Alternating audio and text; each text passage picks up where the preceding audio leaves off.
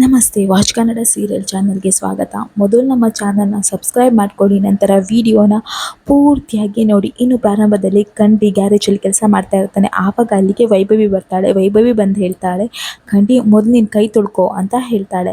ಆಗ ಕಂಠಿ ಕೇಳ್ತಾನೆ, ಯಾಕೆ ವೈಭವಿ ಅಂತ ಕೇಳ್ತಾನೆ. ಕಂಠಿ ನೀನು ಮೊದಲು ಕೈ ತೊಳ್ಕೊ, ಆಮೇಲೆ ನಾನು ಎಲ್ಲ ಹೇಳ್ತೇನೆ ಅಂತ ಹೇಳ್ತಾಳೆ. ಇನ್ನು ಕಂಠಿ ಕೈ ತೊಳೆದು ಬರ್ತಾಳೆ. ಆವಾಗ ವೈಭವಿ ಅವಳ ಅಮ್ಮ ಮಾಡಿದ ಕರ್ಜಿಕಾಯಿ ಕೊಡ್ತಾಳೆ. ಆಗ ಕಂಠಿ ಹೇಳ್ತಾನೆ, ಕರ್ಜಿಕಾಯಿ ನೀನೇ ಮಾಡಿದ್ಯಾ ಅಂತ ಕೇಳ್ತಾನೆ.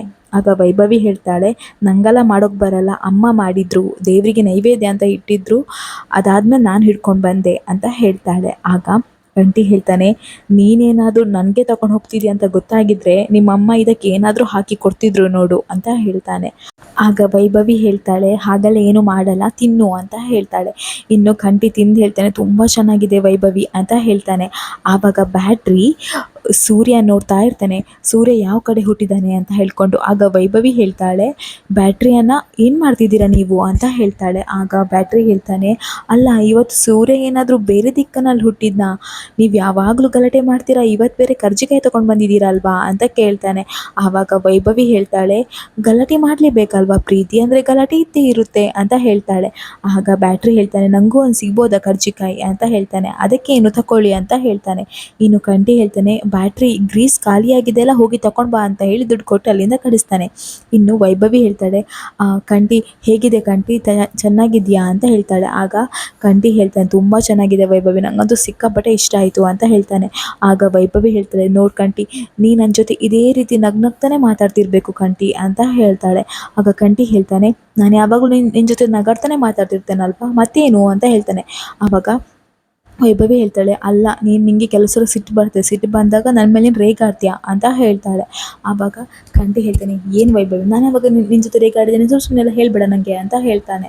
ಆವಾಗ ವೈಭವಿ ಹೇಳ್ತಾಳೆ, ನೋಡು ಇದೇ ಹೇಳೋದು, ಇದೇ ರೀತಿ ರೇಗಾಡ್ತೀಯಲ್ಲ, ಅದು ನಂಗೆ ಇಷ್ಟ ಇಲ್ಲ ಅಂತ ಹೇಳ್ತಿದ್ದೀನಿ ನಾನು ಅಂತ ಹೇಳ್ತಾಳೆ. ಆಗ ಕಂಠಿ ಹೇಳ್ತಾನೆ, ಆಯಿತು ಬಿಡು ಅಂತ ಹೇಳ್ತಾನೆ.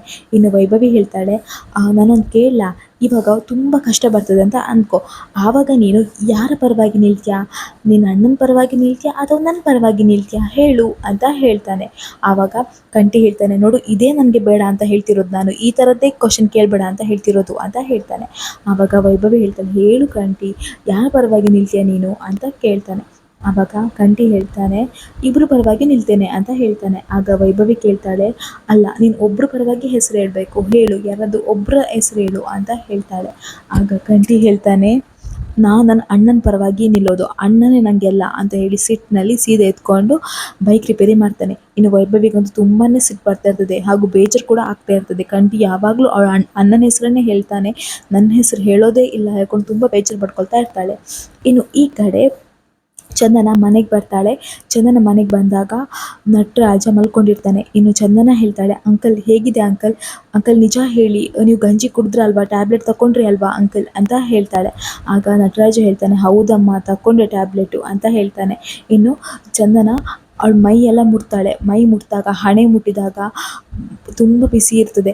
ಆಗ ಚಂದನ ಹೇಳ್ತಾಳೆ, ಅಲ್ಲ ಅಂಕಲ್ ಇಷ್ಟು ಬಿಸಿಯಾಗಿದೆಯಲ್ಲ, ಬನ್ನಿ ಅಂಕಲ್ ಹಾಸ್ಪಿಟ್ಲಿಗೆ ಹೋಗೋಣ ಅಂತ ಹೇಳ್ತಾಳೆ.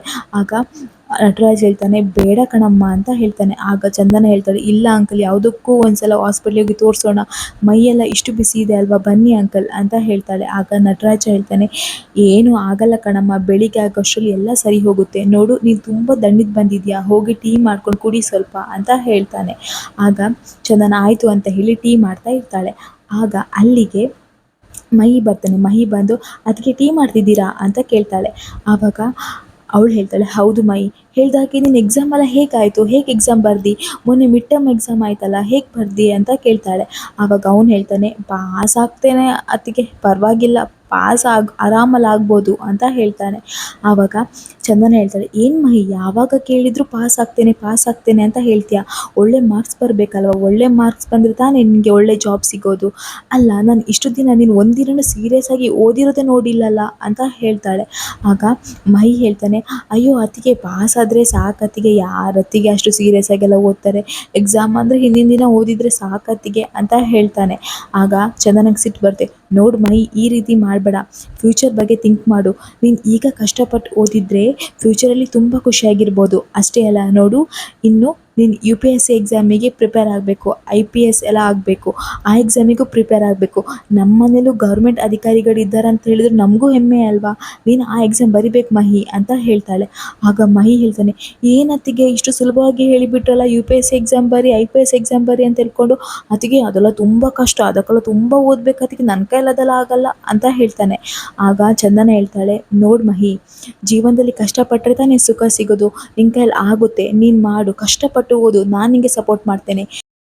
ಕಾಲೇಜ್ ಮುಗಿಸಿ ಬಂದಮೇಲೆ ಆ ಎಕ್ಸಾಮ್ ಬಗ್ಗೆನೇ ಪ್ರಿಪೇರ್ ಮಾಡಬೇಕು, ಗೊತ್ತಾಯ್ತಲ್ವಾ ಅಂತ ಹೇಳ್ತಾಳೆ. ಆಗ ಮಹಿ ಹೇಳ್ತಾನೆ, ಆಯಿತು ಅತ್ತಿಗೆ, ನೀವು ಹೇಳ್ದಾಗೆ ಮಾಡ್ತೇನೆ ಅಂತ ಹೇಳ್ತಾಳೆ. ಇನ್ನು ಚಂದನ ಹೋಗಿ ನಟರಾಜಂಗೆ ಟೀ ಕೊಡ್ತಾಳೆ. ಹಾಗೆ ಮಹಿ ಹತ್ರ ಬನ್ ತಗೊಂಬ ಅಂತ ಹೇಳ್ತಾಳೆ. ಇನ್ನು ನಟರಾಜಂಗೆ ಹೇಳ್ತಾಳೆ ಚಂದನ, ನೋಡು ಈ ಬನ್ ತಿನ್ನಿ, ತಿನ್ನಲ್ಲ ಅಂತ ಹಠ ಮಾಡಬೇಡಿ ಅಂಕಲ್, ಬನ್ ತಿನ್ನಿ ಅಂತ ಹೇಳ್ತಾಳೆ. ಆಗ ನಟರಾಜ ಹೇಳ್ತಾನೆ, ಅಯ್ಯೋ ಬೇಡ ಕಣಮ್ಮ, ಬಾಯಿ ಅಂತೂ ತುಂಬ ಕಹಿ ಇದೆ, ಇದೆಲ್ಲ ತಿನ್ನೋಕ್ಕಾಗಲ್ಲ ನನಗೆ ಅಂತ ಹೇಳ್ತಾನೆ. ಆಗ ಚಂದನ ಹೇಳ್ತಾಳೆ, ನೋಡಿ ಅಂಕಲ್, ಹೀಗೆಲ್ಲ ಹಠ ಮಾಡಬಾರ್ದು, ನೀವು ತಿನ್ನಲೇಬೇಕು ಅಂತ ಹೇಳ್ತಾಳೆ. ಆಗ ಮಹಿ ಹೇಳ್ತಾನೆ, ಅಲ್ಲ ಅದಕ್ಕೆ ಯಾಕೆ ಈ ವಯಂಗೆ ನೀವು ಇಷ್ಟೊಂದು ಕಾಳಜಿ ಮಾಡ್ತಿದ್ರೆ, ಬೇಕಾದ್ರೆ ತಿಂತಾನೆ, ಇಲ್ಲದಿದ್ದರೆ ಪರವಾಗಿಲ್ಲ, ಅಲ್ಲೇ ಕುತ್ಕೊಳ್ಳಿ ಅವನು, ನೀವು ಯಾಕೆ ಈ ರೀತಿ ಎಲ್ಲ ಮಾಡ್ತಿದ್ದೀರಾ, ಇಷ್ಟು ಅವ್ರಿಗೆ ಕಾಳಜಿ ಮಾಡ್ತಿದ್ದೀರಾ ಅಂತ ಹೇಳ್ತಾಳೆ. ಆಗ ಚಂದನ ಹೇಳ್ತಾಳೆ, ನೋಡು ಮಹಿ, ಈ ರೀತಿ ಎಲ್ಲ ಮಾತಾಡಬೇಡ, ಈ ರೀತಿ ಮಾತಾಡೋದು ಸರಿಯಲ್ಲ, ಪಾಪ ಅವ್ರಿಗೆ ಹುಷಾರಿಲ್ಲ, ಅವರನ್ನು ನೋಡ್ಕೊಳ್ಬೇಕು ಈ ಟೈಮಲ್ಲಿ ಅಂತ ಹೇಳ್ತಾಳೆ. ಅಷ್ಟರಲ್ಲಿ ಅವಳು ಯೋಚನೆ ಮಾಡ್ತಾಳೆ, ಥರ್ಮೋಮೀಟರ್ ತೊಗೊಂಬರ್ಬೇಕು ಅಂತ ಹೇಳಿ. ಇನ್ನು ಹರಿಗೆ ಕಾಲ್ ಮಾಡ್ತಾಳೆ, ಆದರೆ ಹರಿ ಮೊಬೈಲ್ ಸ್ವಿಚ್ ಆಫ್ ಬಂದಿರ್ತದೆ, ಯಾಕಂದರೆ ಅನಿತಾ ಕಾಲ್ ಮಾಡ್ತಾಳಂತ ಹೇಳ್ಕೊಂಡು ಹರಿ ತನ್ನ ಮೊಬೈಲ್ನ ಸ್ವಿಚ್ ಆಫ್ ಮಾಡಿರ್ತಾನೆ. ಇನ್ನು ಮಹಿಗೆ ಹೇಳ್ತಾಳೆ ಚಂದನ, ಅಲ್ಲ ಮಹಿ, ಹರಿಯವರಿಗೆ ಕಾಲ್ ಮಾಡ್ತಾ ಇದ್ದೇನೆ, ಆದರೆ ಸ್ವಿಚ್ ಆಫ್ ಬರ್ತಾ ಇದೆ, ಏನಂತ ಗೊತ್ತಾಗ್ತಿಲ್ಲ, ಅವ್ರು ಯಾವತ್ತೂ ಸ್ವಿಚ್ ಆಫ್ ಮಾಡ್ಕೊಂಡಿರಲ್ಲ ಅಲ್ವಾ ಅಂತ ಹೇಳ್ತಾಳೆ. ಆಗ ಮಹಿ ಹೇಳ್ತಾನೆ, ಒಂದ್ಸಲ ನಿಲ್ಲಿ ಅದಿಗೆ, ನಾನು ಕೂಡ ಟ್ರೈ ಮಾಡ್ತೇನೆ ಅಂತ ಹೇಳಿ ಟ್ರೈ ಮಾಡ್ತಾನೆ, ಆದರೂ ಕೂಡ ಸ್ವಿಚ್ ಆಫ್ ಬರ್ತಾನೆ ಇರುತ್ತೆ. ಅಷ್ಟರಲ್ಲಿ ಹರಿ ಮನೆಗೆ ಬರ್ತಾನೆ. ಮನೆಗೆ ಬರುವಾಗ ಯೋಚನೆ ಮಾಡ್ಕೊಂಡು ಬರ್ತಾನೆ, ಅಯ್ಯೋ ಫೋನ್ ಬೇರೆ ಸ್ವಿಚ್ ಆಫ್ ಮಾಡಿದ್ದೇನೆ, ಈ ಅನಿತನಿಂದ ಏನೆಲ್ಲ ಮಾಡಬೇಕಾಯ್ತಪ್ಪ ನಾನು ಅಂತ ಹೇಳ್ಕೊಂಡು ಟೆನ್ಷನಲ್ಲಿ ಮನೆಯೊಳಗೆ ಬರ್ತಾನೆ. ಇನ್ನು ಮನೆಯೊಳಗೆ ಬಂದ ಕೂಡಲೇ ಚಂದನ ಹೇಳ್ತಾಳೆ, ಅಲ್ಲ ಹರಿ ಅವರೇ, ಎಲ್ಲಿ ಹೋಗಿದ್ರಿ, ನಾನು ನಿಮಗೆ ಎಷ್ಟು ಸಲದಿಂದ ಕಾಲ್ ಮಾಡ್ತಿದ್ದೇನೆ ಗೊತ್ತುಂಟಾ, ಥರ್ಮೋಮೀಟರ್ ಬೇಕಿತ್ತು ಅಂತ ಹೇಳ್ತಾಳೆ. ಆಗ ಹರಿ ಹೇಳ್ತಾನೆ, ಏನೋ ಥರ್ಮೋಮೀಟರಾ, ಅದ್ಯಾಕೆ ಅಂತ ಕೇಳ್ತಾನೆ. ಆಗ ಚಂದನ ಹೇಳ್ತಾಳೆ, ಅದು ಅಂಕಲಿಗೆ ಜ್ವರ ಇದೆ ಅಲ್ವಾ, ಆ ಜ್ವರನ ಚೆಕಪ್ ಮಾಡಬೇಕಿತ್ತು, ಜ್ವರ ಎಷ್ಟಿದೆ ಅಂತ ಹೇಳಿ ತಿಳ್ಕೊಬೇಕಿತ್ತು, ಅದಕ್ಕೆ ನಂಗೆ ಬೇಕಿತ್ತು ಅಂತ ಹೇಳ್ತಾಳೆ. ಆಗ ಹರಿ ಹೇಳ್ತಾಳೆ, ನಿಮಗೆ ಬೇರೆ ಕೆಲಸ ಇಲ್ವಾ, ಅವನಿಗೆ ಯಾಕೆ ಥರ್ಮೋಮೀಟ್ರ್, ಅವನಿಗೆ ಜ್ವರ ಅಂತೆ, ಅದಕ್ಕೆ ಥರ್ಮೋಮೀಟರ್ ಅಂತೆ, ನನಗೇನು ತರಲ್ಲ ಅಂತ ಹೇಳ್ಕೊಂಡು ಸಿಟ್ಟಿನಲ್ಲಿ ಹೋಗ್ತಾನೆ. ಇನ್ನು ಮಹಿ ಹೋಗಿ ಹೇಳ್ತಾನೆ, ಅಣ್ಣ ಒಂದು ನಿಮಿಷ, ಅಲ್ಲ ಅಣ್ಣ, ನಿನಗೆ ಆವಾಗದಿಂದ ಕಾಲ್ ಮಾಡ್ತಾನೇ ಇದ್ದೇವೆ, ಆದರೆ ನೀನು ಫೋನ್ ಸ್ವಿಚ್ ಆಫ್ ಬರ್ತಾಯಿತ್ತು, ಯಾಕೆ ಸ್ವಿಚ್ ಆಫ್ ಮಾಡ್ಕೊಂಡಿದ್ದೀಯ ಫೋನನ್ನು ಅಂತ ಕೇಳ್ತಾನೆ. ಆಗ ಹರಿ ಹೇಳ್ತಾನೆ, ಅದು ಬ್ಯಾಟ್ರಿ ಲೋ ಆಗಿದ್ದು ಕಣೋ, ನೋಡು ಬ್ಯಾಟ್ರಿ ಲೋ ಆಗಿದೆ, ಮೊದಲಿಗೆ ಚಾರ್ಜ್ ಇಡು ಅಂತ ಹೇಳ್ತಾನೆ. ಇನ್ನು ಮಹಿ ಫೋನ್ ತಗೊಳ್ತಾನೆ. ಫೋನ್ ತಗೊಂಡಾಗ ಬ್ಯಾಟ್ರಿ ಫುಲ್ ಇರುತ್ತೆ. ಆವಾಗ ಮಹಿ ಹೇಳ್ತಾನೆ, ಅಲ್ಲ ಬ್ಯಾಟ್ರಿ ಫುಲ್ ಇದೆ ಅಲ್ವಾ, ಅಣ್ಣ ಯಾಕೆ ಫ್ಲೈಟ್ ಮೋಡಲ್ಲಿ ಮೊಬೈಲ್ ಹಾಕಿದ್ದಾನೆ, ಇಲ್ಲ ಇಲ್ಲಿ ಏನೋ ಆಗಿದೆ ಅಂತ ಅವನಿಗೆ ಡೌಟ್ ಬರುತ್ತೆ. ಇನ್ನು ಚಂದನ ಹೇಳ್ತಾಳೆ, ಮಹಿ ನಾನೇ ಹೋಗ್ತೇನೆ ಥರ್ಮೋಮೀಟರ್ ತರಲಿಕ್ಕೆ ಅಂತ ಹೇಳಿ ಗಾಡಿ ಹತ್ತಿರ ಹೋಗ್ತಾಳೆ. ಇನ್ನು ಹರಿ ಹೇಳ್ತಾನೆ, ರೀ ಮೇಡಮ್, ನಾನು ಹೋಗ್ತೇನೆ ಬಿಡಿ ಅಂತ ಹೇಳ್ತಾಳೆ. ಆಗ ಚಂದನ ಹೇಳ್ತಾಳೆ, ಬೇಡ, ನೀವೇನು ಹೋಗೋದು ಬೇಡ, ನಿಮಗೆ ಮಾಡೋಕ್ಕೆ ಬೇರೆ ಕೆಲಸ ಇದೆ ಅಲ್ವಾ, ಅದನ್ನೇ ಮಾಡ್ಕೊಳ್ಳಿ, ನಾನೇ ಹೋಗಿ ತೊಗೊಂಡು ಬರ್ತೇನೆ ಅಂತ ಹೇಳ್ತಾಳೆ.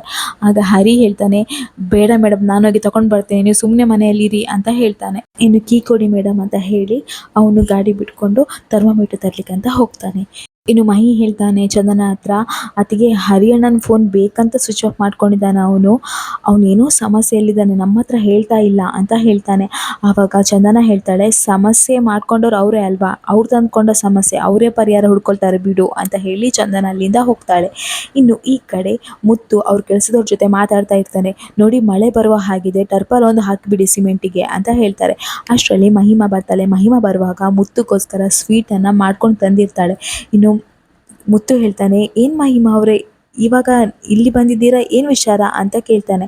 ಆವಾಗ ಮಹಿಮಾ ಹೇಳ್ತಾಳೆ, ನಿಮಗೋಸ್ಕರ ನಾನು ಏನೋ ತಂದಿದ್ದೇನೆ ಅಂತ ಹೇಳ್ತಾಳೆ. ಆಗ ಮುತ್ತು ಹೇಳ್ತಾನೆ, ನನಗೋಸ್ಕರನ, ಏನು ಮಹಿಮಾ ಅವರೇ ಅಂತ ಹೇಳ್ತಾಳೆ. ಆವಾಗ ಅವಳು ಸ್ವೀಟ್ ಕೊಡ್ತಾಳೆ. ಆಗ ಮುತ್ತು ಹೇಳ್ತಾನೆ, ಸ್ವೀಟಾ, ಅಲ್ಲ ಮಹಿಮಾ ಅವರೇ, ನನಗೋಸ್ಕರ ಯಾಕೆ ನೀವು ಇದನ್ನೆಲ್ಲ ಮಾಡೋಕ್ಕೆ ಹೋದ್ರಿ ಅಂತ ಹೇಳ್ತಾನೆ.